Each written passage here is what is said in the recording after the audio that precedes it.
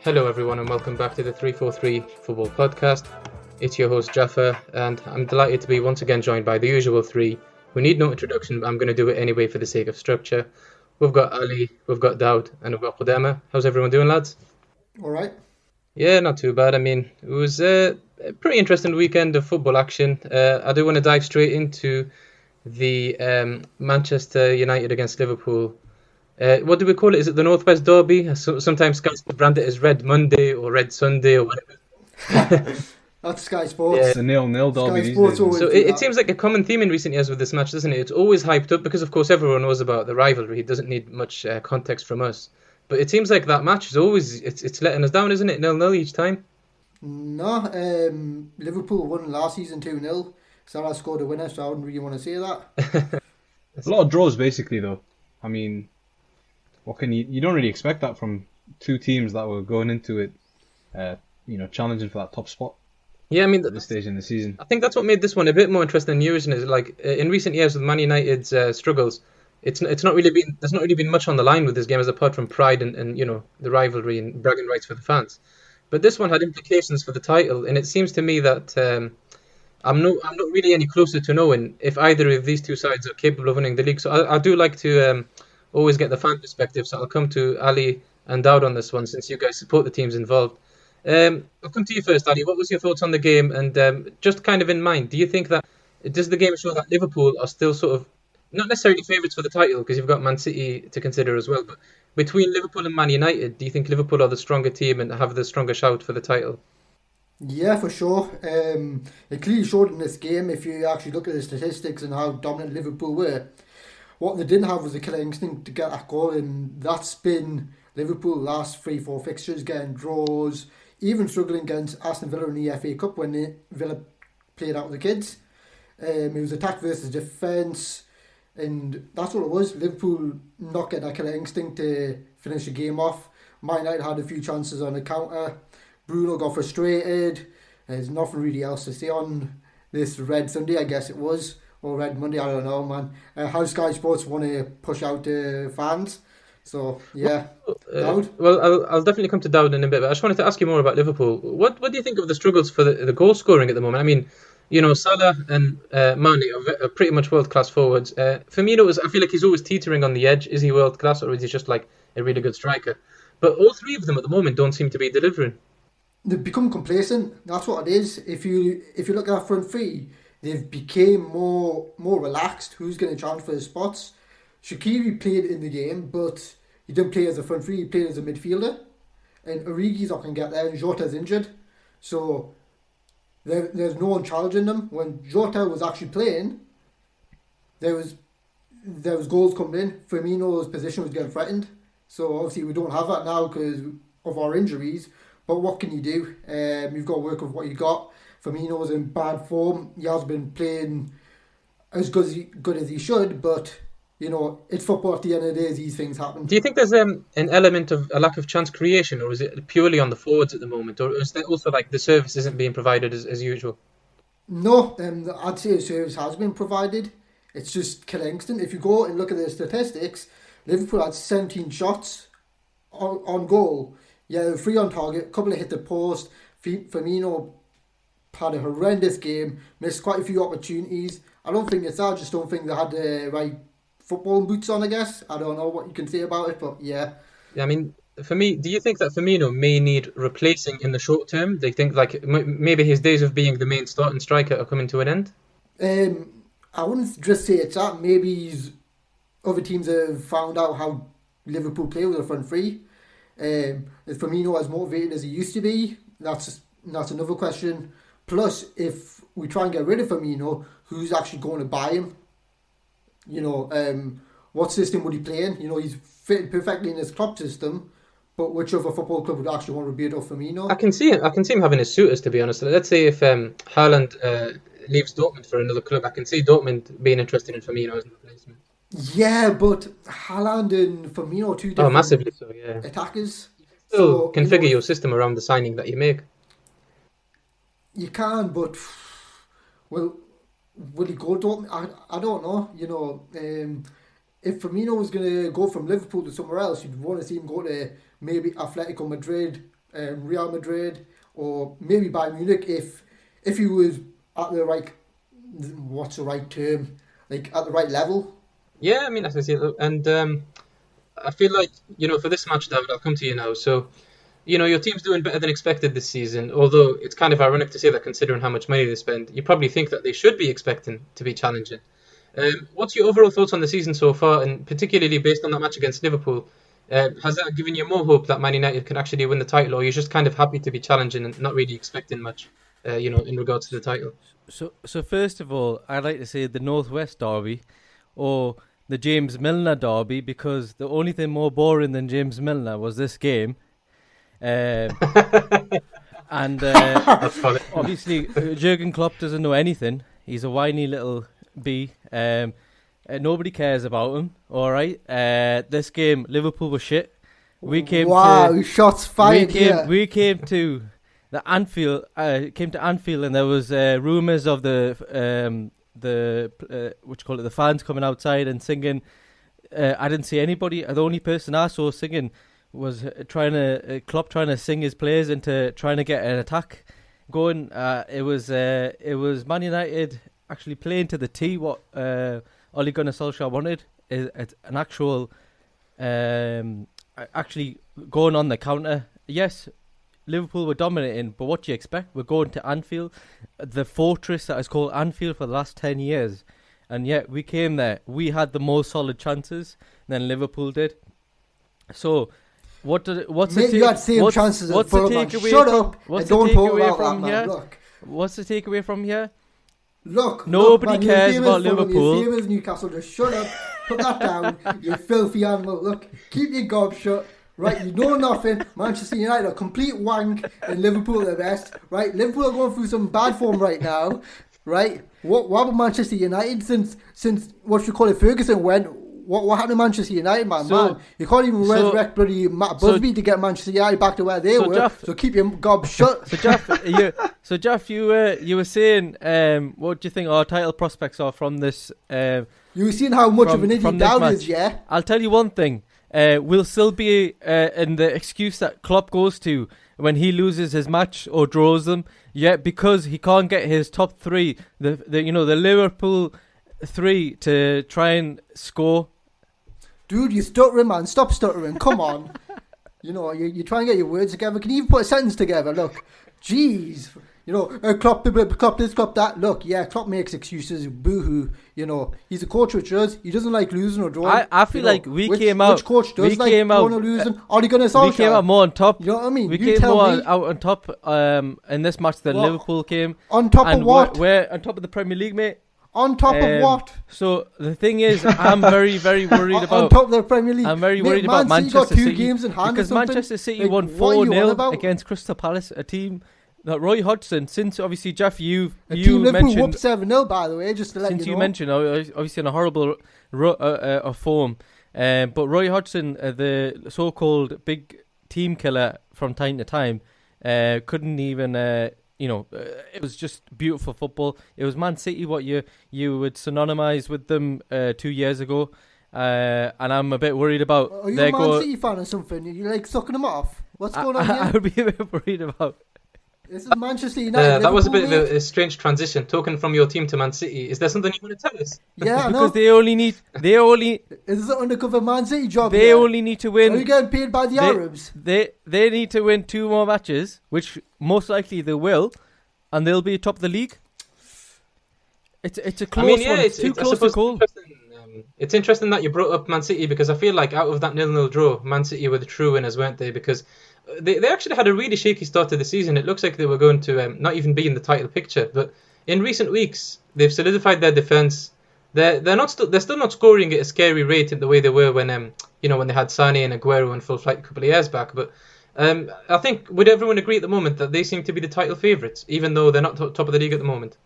I agree. I disagree. I still think it's Liverpool for me still. Really? Yeah. Damn. Despite the injuries and despite their front three misfiring at the minute, I think from recent seasons I actually rate Klopp a bit higher than Guardiola these days, and I think he's got what it takes to get them, singing again.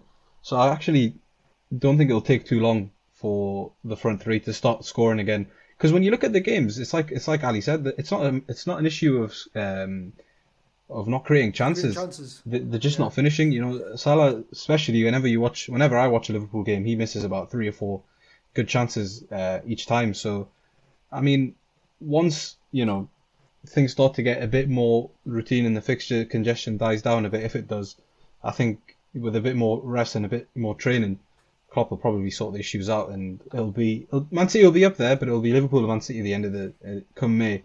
It'll be them two, and United will probably stay around the top 4, but I don't see them sticking at the top too long. I don't think Man United have a chance at all. The reason why I say that is because they'll be going to that Europa League fixtures when they go Thursday or Sunday. Are they going to compete with the elite in the Premier League? Heck no. Yeah, I think still it's more see than that. Klopp I think giving excuses that punching it'll be above Man their weight a little United bit that now. are the reason why that they're losing. What are you on So, about? I take on board both of your points, Qudama and Ali, but I think one thing with Liverpool is their squad is decimated by injuries, especially the defenders. I mean, I think if they had Joe Gomez, Matip and Van Dijk available all the time, I don't even think there'll be a title discussion. I think they'll be running away with it as usual. But having to drop Henderson and Fabinho at centre-back, it's going to hurt you. They're actually capable defenders. It's not like Liverpool look like a shambles at the back, but you're taking away a lot from the team with what they could bring into the midfield. And obviously, there's no need for me to defend Van Dijk's abilities, everyone knows. So that's the reason I kind of pip Man City. I actually agree. I think Klopp has shown a little bit more about him than Pep in recent seasons. I just think that Pep is working with better conditions at the moment to win the title. I mean, you say that, but at the same time, Man City have had injuries of their own. They've luckily had Stones come back into form, but before that they were struggling defensively themselves. Aguero's still out, comes in 1 week, out for 3. So I just think when it comes to the end of the season, it'll be very close. But because of the person in the dugout, I back Liverpool to nip them to the title again. Yeah, I mean, But it'll be definitely close. We hadn't really planned for this segment, but I just want to get your takes on Aguero very quickly, lads. Do you guys think that he's sort of almost done at the top level? He hasn't scored a Premier League goal in over a calendar year, hasn't he? Injuries, man. What can you say? The guy he always struggled with injuries, and now that he's getting older, he's struggling even more.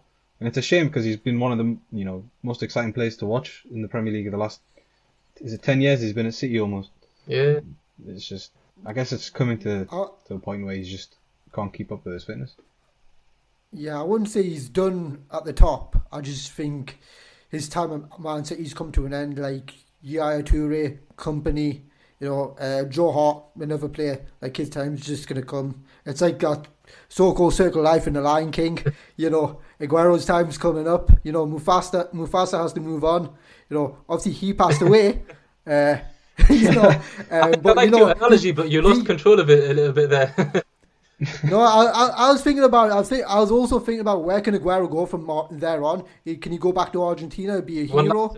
Or can he go back to Spain or to Italy or what? That's what I was thinking. I was thinking what team. I can't see him leaving. Would he be able to I can't see him leaving at all, so long as the prospect of Messi joining Manchester City is still on the table or still on the cards. I can see Messi going somewhere else, though. I can't see him going Man City. Yeah, I think he'll wait to see because they're really close friends. It'd be interesting. Imagine having Aguero and Man City in the same Aguero and Messi in the same club. I mean, they barely formed for Argentina together, to be fair, so it might not be that scary. So the downfall I'll have to wait and see. Messi joining them just because of lack of success. But that concludes the discussion on the Northwest Derby there, the Manchester United and Liverpool match. So the Derby theme was definitely prevalent throughout Europe, and it always seems to be. They bring the fixtures around Europe. There's loads of derbies on at the same time. In Serie A, you had Roma, Lazio, and you also had Juventus against Inter Milan. And I do want to just talk a little bit about the Serie A title race and the way it's shaping up at the moment. We're coming to the midway point in the season.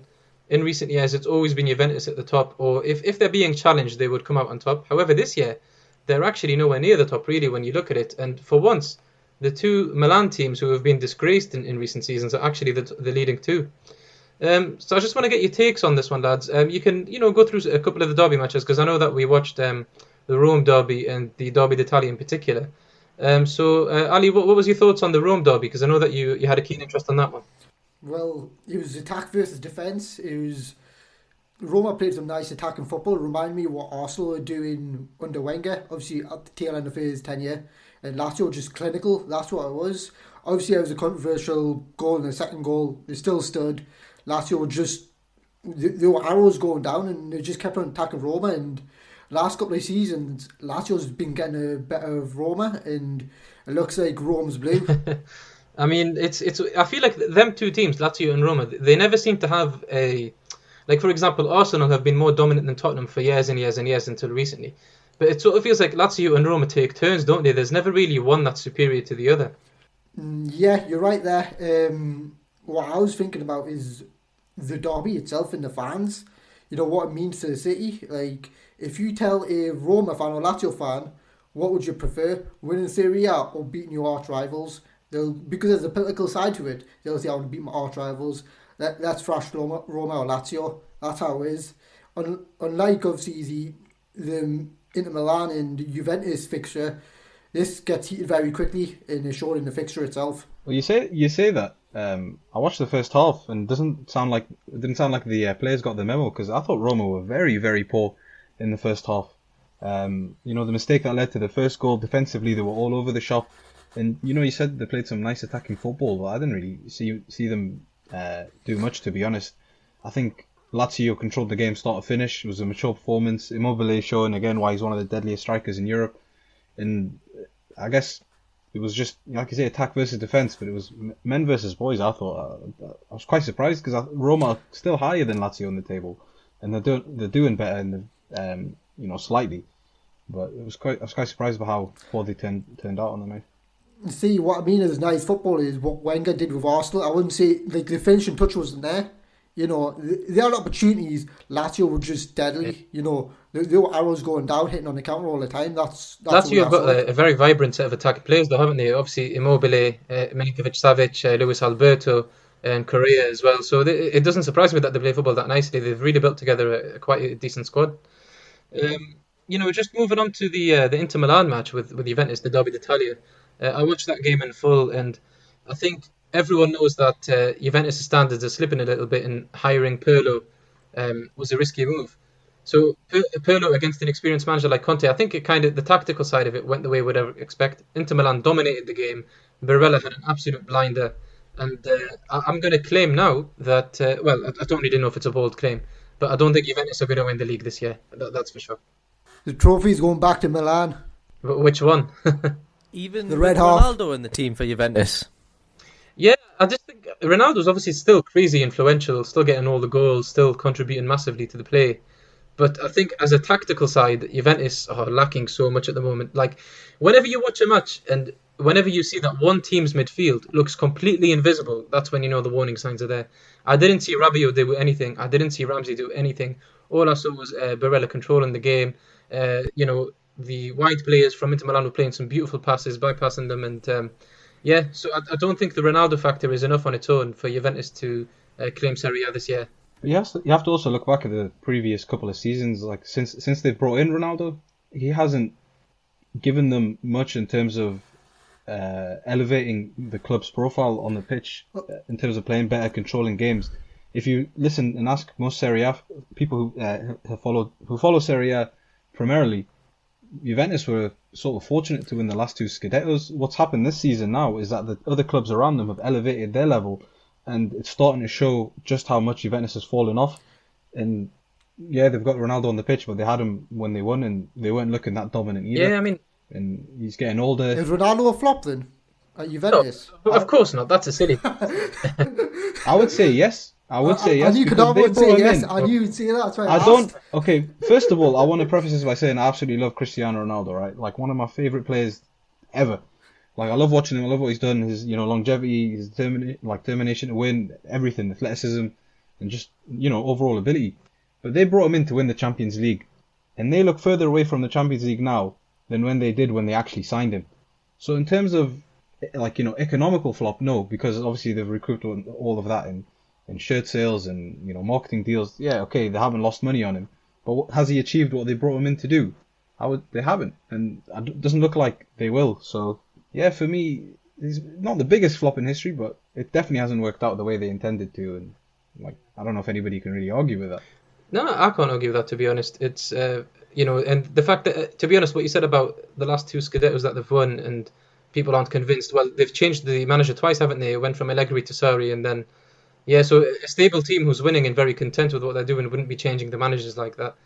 What about the two Milans then? So finally, they look like the top dogs. It's a temporary situation, but are we claiming that one of them will be the league winner at the end? What and do Napoli stand a chance at all? We haven't talked about Napoli yet. Yeah, I think it'll probably end up in the red hole for Milan. I've watched a bit of Serie A this season, and Inter Milan do have weeks where they just kind of fall apart, and Conte's system, his rigidity and stubbornness, ends up failing them sometimes.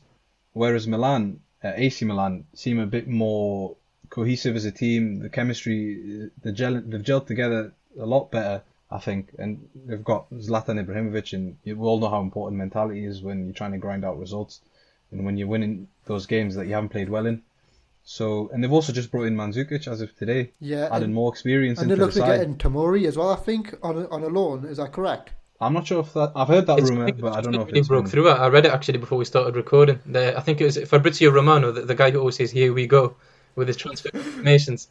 Yeah, he gave it the "Here we go," and I think Tomori to AC Milan looks like a go. Damn, that sounds like that's going to be a class transfer. Yeah, I mean, I think he'll suit the league I definitely. won't spend too long on them, but I just want to mention Napoli very quickly. I watched their game against Fiorentina.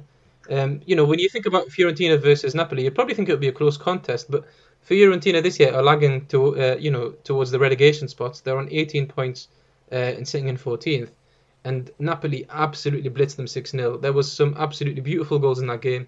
I would recommend anyone listening to this to pull up the highlights on YouTube.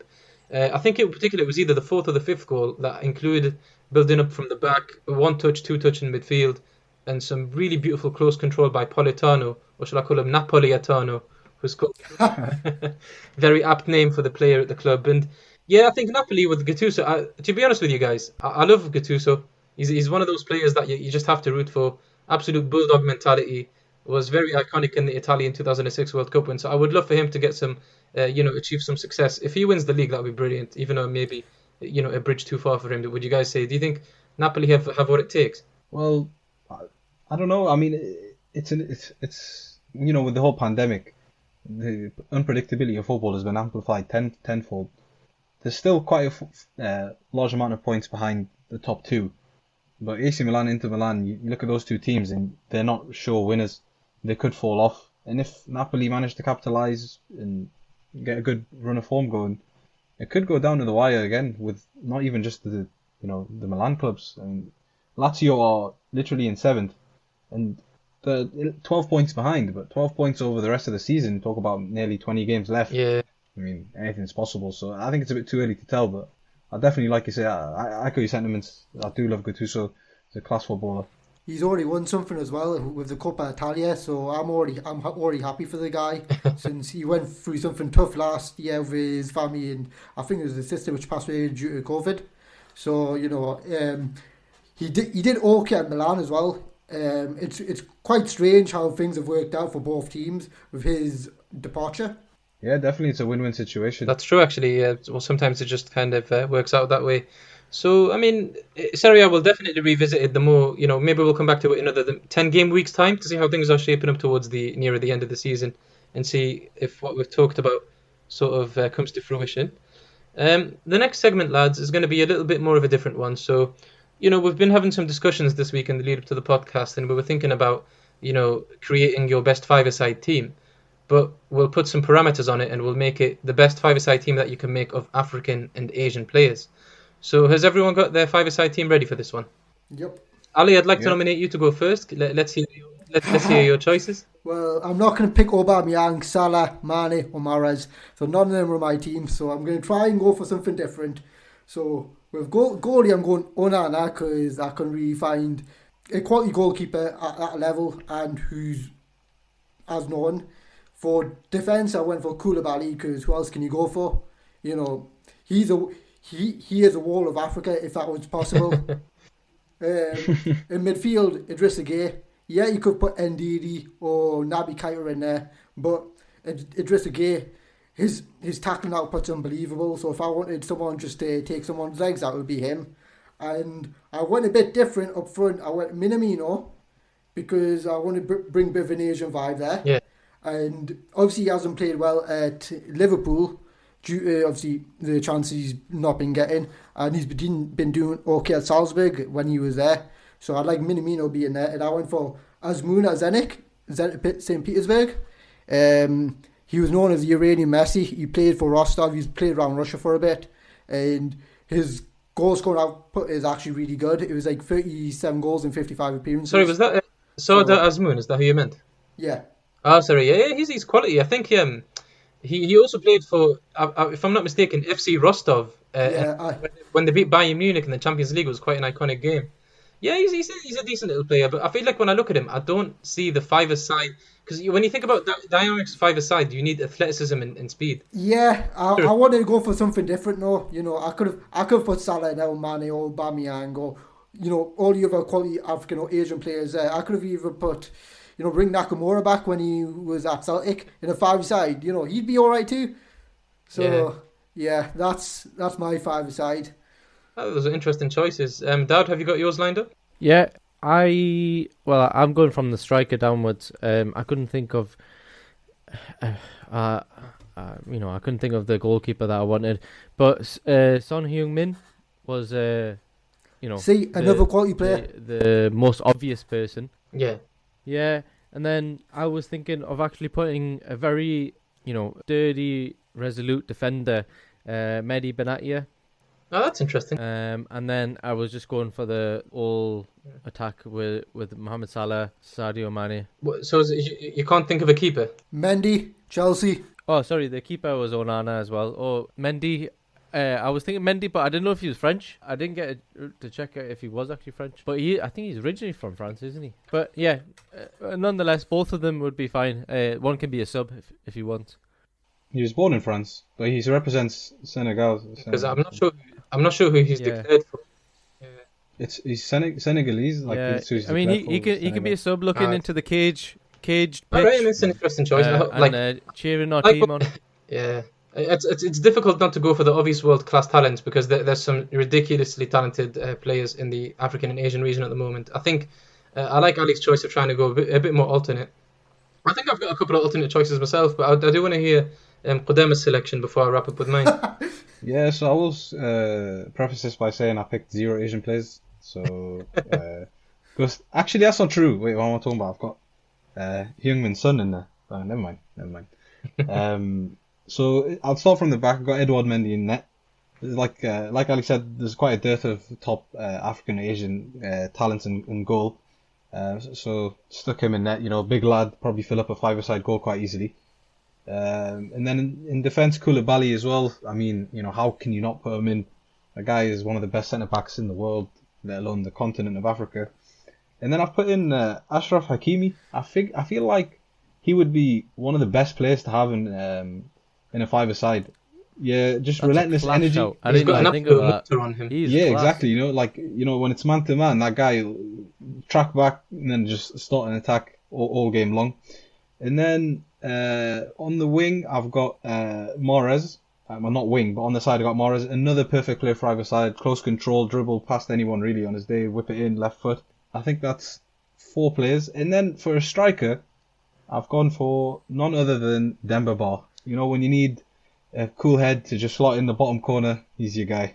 And that's my... I didn't want to go for I like Ali with Salah and Mane because they're obviously probably I think Dad went for them though. African football. Yeah, I didn't. That's what I'm saying. I didn't like you. I didn't want to go for them because they're just so funny. A street footballer for a five-a-side street football. Honestly, the first person that came into my head, Adele Trapped, and I was just about to say really? Yeah, those were the words. And when he said street football, you know what I mean. I haven't selected him, but when you said street football, he's doing pretty all right. I think he's playing in France at the moment, isn't he? So, and apparently, no, sorry, he's not playing in France. I thought he was at Leganes. No, last time he was actually in Benfica. I don't know if he is still there. Yeah, that's what I thought was important. Yeah, sorry, no, he is, and he's doing. We can quickly. No, Google he it is. to make He's certain. in Benfica. He's actually playing this season a lot more than he did because I think he came there a year ago and he couldn't get any game time whatsoever. But when he was in his prime, the way he could dribble a ball and the skill he had in terms of shooting, he was just so deft. He was like he was the Moroccan Neymar. That's what I used to call him. In my head, anyways. To be honest, I think the reason I remember he went to Benfica is because the story also wasn't just that he revived his career, but he revived it as a centre defensive midfielder, which was it's interesting, isn't it? When you think about a maverick like him, as he said, with the deft touch and the close control and the skills, to reinvent himself in a European league as a defensive midfielder and put his career back on track is quite interesting. But the Tarap chat was very good. I know that you didn't select him for your official team, but I'm glad you mentioned him. And I think, although this isn't the debate we're having, do you guys think that the Adel Tarap season at QPR is probably the most legendary championship season of all time? 100%, man. The one I that he had. enjoyed it so much. Yeah, without a shadow of a doubt. All right, lads, that was an interested freeform segment because we ran a little bit short on the planned ones, but it was quite an enjoyable discussion. Thanks everyone for listening, and as always, Dowd, I'd like you to wrap us up, please. Yeah, so this is our second episode trying to be COVID secure, and we're all recording remotely. But as usual, you can follow us on Facebook, The Dressing Room, to find out when we upload our episodes as first ones to find out. We've also got the YouTube channel, The Dressing Room. We're also on all major hosting sites for podcasts, Google Podcasts, Spotify, Apple Podcasts, Stitcher, and more. And follow us on our socials with Instagram, the TD Room 9, and TD Room 9 for Twitter as well. So thank you, everybody. Take care now. Take care, lads. Cheers.